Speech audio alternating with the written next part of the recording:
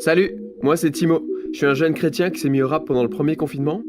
Et récemment, on m'a envoyé un message qui disait « tu voudrais pas faire un rap pour les GBU sur le thème de la nostalgie ?»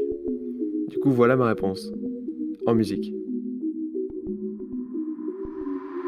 Tu te dis que c'était mieux avant cette foutue pandémie, avant que le gouvernement te fasse bouffer du pain de mie. Que si on pouvait remonter le temps, on annulerait cette décennie. On se passerait des confinements et autres mesures qu'on a subies. En cette période difficile, il y a certes des trucs qu'on a appris. On parle plus d'écologie et on questionne nos modes de vie. On reconsidère l'hôpital et le personnel qu'on remercie.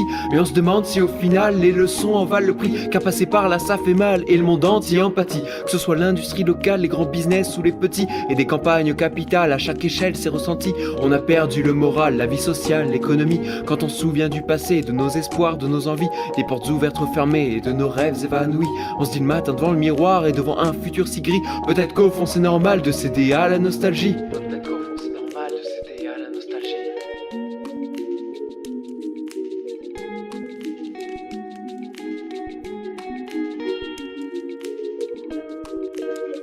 Et si seulement...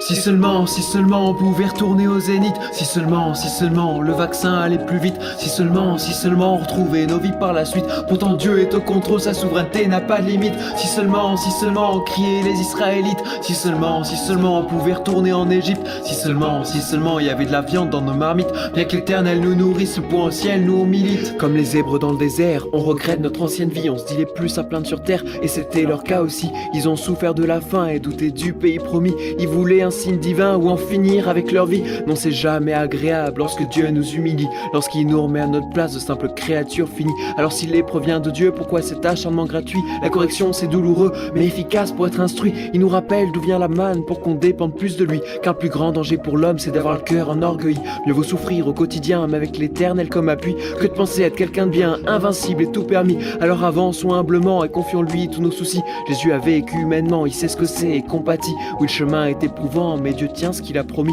Il ne promet pas le beau temps mais l'espérance sous la pluie. Non, il ne promet pas le beau temps mais l'espérance sous la pluie.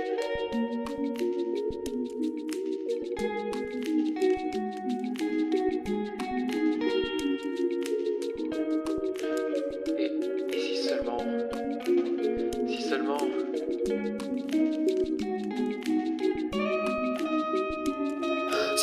Si seulement on criait les Israélites. Si seulement on pouvait retourner en Égypte. Si seulement il y avait de la viande dans nos marmites. Bien que l'Éternel nous nourrisse, le point au ciel nous on milite. Si seulement on pouvait retourner au zénith. Si seulement le vaccin allait plus vite. Si seulement on retrouvait nos vies par la suite. Pourtant Dieu est au contrôle, sa souveraineté n'a pas de limite.